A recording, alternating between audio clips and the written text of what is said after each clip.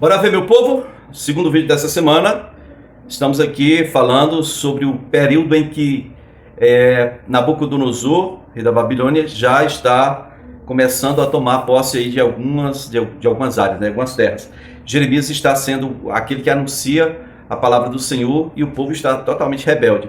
Ele não está profetizando somente para ajudar, mas no último vídeo nós falamos que ele enviou a palavra do Senhor, né, através dos embaixadores de Edom, de Tiro, de Sidom e assim por diante, tá certo? Moabe, aquelas regiões ali em redor de Israel, todas receberam a palavra do Senhor dizendo que deveriam ficar em sua terra e se submeter a Nabucodonosor.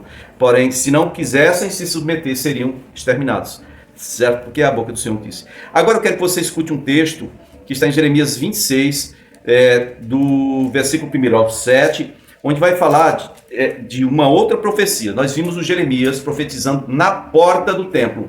Agora, entretanto, ele vai profetizar no pátio do templo, na parte interna do pátio do templo, tá certo? E isso vai dar ruim, porque o povo vai se rebelar e vai querer a morte de Jeremias. Isso vai me lembrar o quê? Vai me lembrar o que eles fizeram com Jesus. Ele profetizou contra o templo, ele falou contra a lei de Moisés e tal, ele não guardou o sábado, essas três coisas, né? E o Jeremias vai encarar agora uma oposição ferrenha, terrível, tanto dos profetas quanto dos sacerdotes, dos religiosos da época dele. E então veja o vídeo aí. Início do reinado de Jeoaquim, filho de Josias, rei de Judá, veio esta palavra da parte do Senhor. Assim diz o Senhor: coloque-se no pátio do templo do Senhor e fale a todo o povo das cidades de Judá que vem adorar no templo do Senhor. Diga-lhes tudo o que eu lhe ordenar, não omita uma só palavra. Talvez eles escutem e cada um se converta de sua má conduta. Então eu me arrependerei e não trarei sobre eles a desgraça que estou planejando por causa do mal que eles têm praticado. Diga-lhes: assim diz o Senhor: se vocês não me escutarem nem seguirem a minha lei que dei a vocês, e se não ouvirem as palavras dos meus servos os profetas, os quais tenho enviado a vocês vez após vez, embora vocês não os tenham ouvido, então farei deste templo o que fiz do santuário de Siló, e desta cidade um objeto de maldição entre todas as nações da terra. Muito bem, queridos. Olha aí. Olha o que diz aí a arqueologia e teologia, né? Nosso querido irmão Google aqui está revelando para nós. Siló, antiga capital de Israel, foi destruída por um incêndio. Olha, são as descobertas aí, as últimas, tá bom? Descoberta arqueológica pode solucionar enigma bíblico. Achados arqueológicos recentes podem comprovar que a cidade de Siló, antiga capital de Israel, isso é desde que eles entraram na terra de Canaã, a capital era Siló, certo? Então essa antiga capital de Israel foi destruída por um grande incêndio. Essas descobertas na região central de Israel desvendariam o mistério envolvendo a ruína dessa cidade mencionada no Antigo Testamento. Então, fragmentos de um jarro de barro foram descobertos, jarro de barro, né? Foram descobertos em meio a uma camada de argila vermelha. Esse é um forte indício para resolver definitivamente o enigma milenar sobre como a cidade fora destruída. Em Siló, o tabernáculo foi colocado durante o período conhecido como o período dos juízes, né? E o local serviu como capital de Israel e centro espiritual, 369 anos, até, no caso, a época da destruição, da sua destruição, a época dos juízes.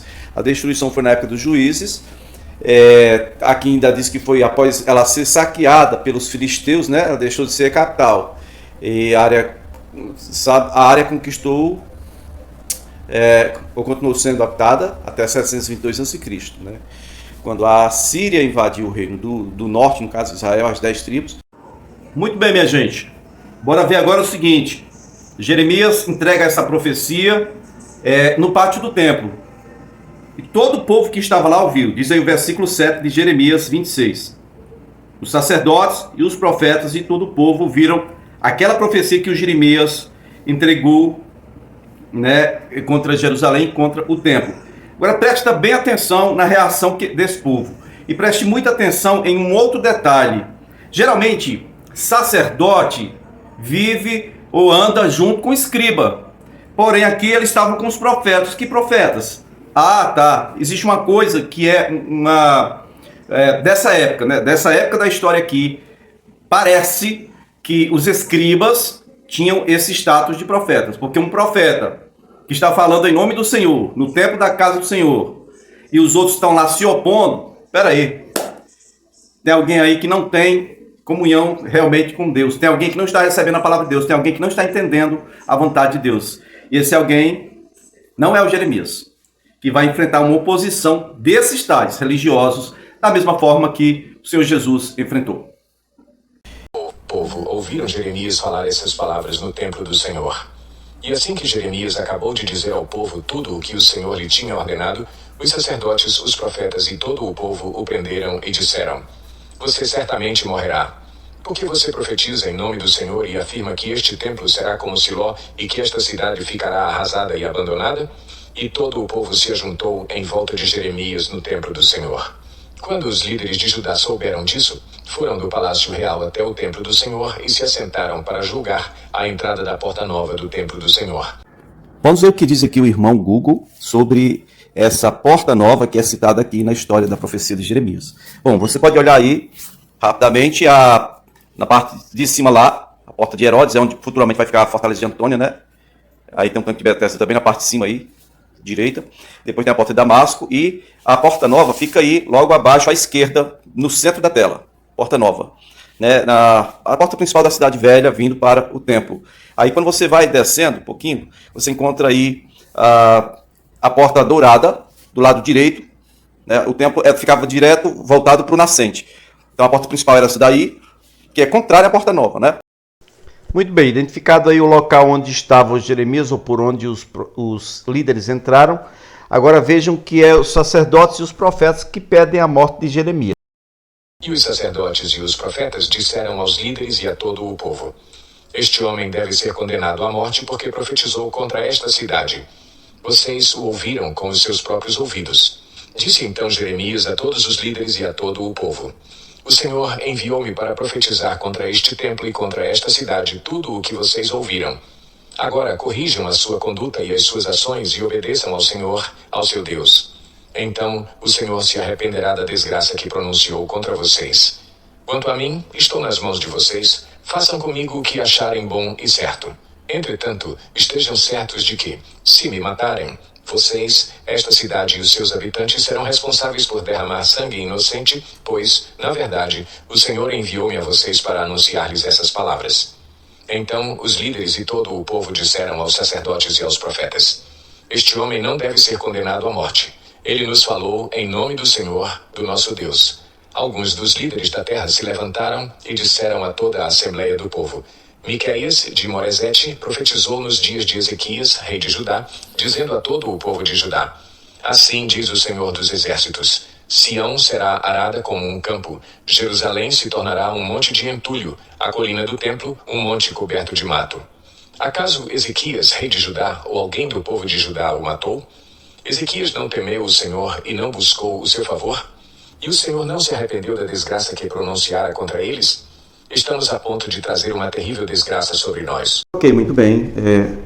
Vimos aí que a palavra mais coerente foi a do povo, porque, na verdade, quem queria a morte do profeta Jeremias eram os sacerdotes e os profetas, né, ou aqueles que detinham vamos dizer assim, esse status de profetas, que eu creio ser os escribas, né, da época.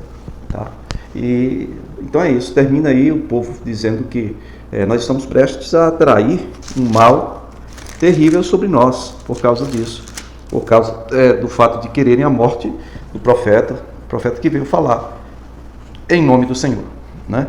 Está aí em Jeremias capítulo 26, terminando aí no versículo 19. Agora eu quero que você vá aí em Abacuque, capítulo 1, nós vamos ver o versículo 6 aqui.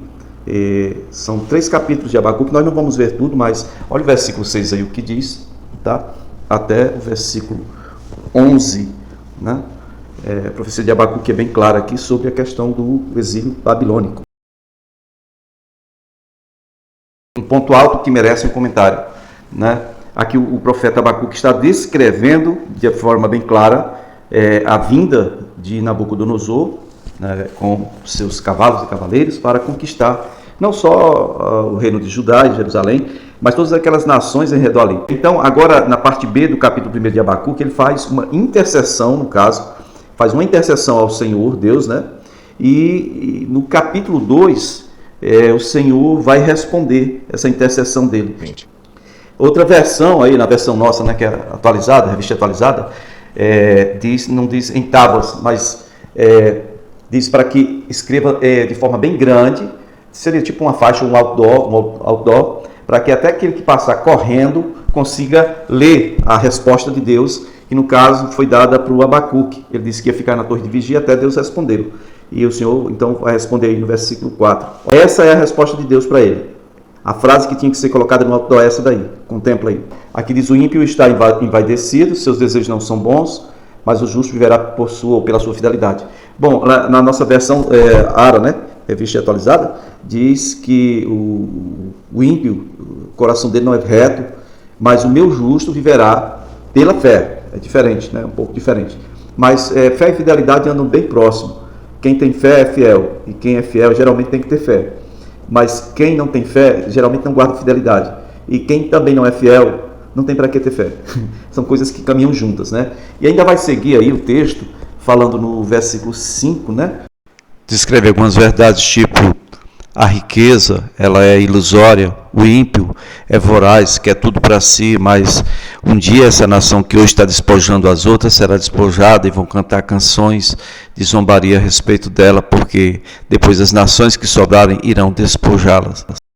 Aí, ó, o primeiro ai nós vemos aí, versículo 6, parte B. Ai daquele que amontoa, né, bens roubados, enriquece mediante extorsão.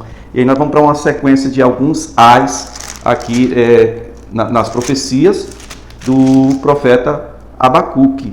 O próximo ai nós vamos encontrar lá no versículo 9.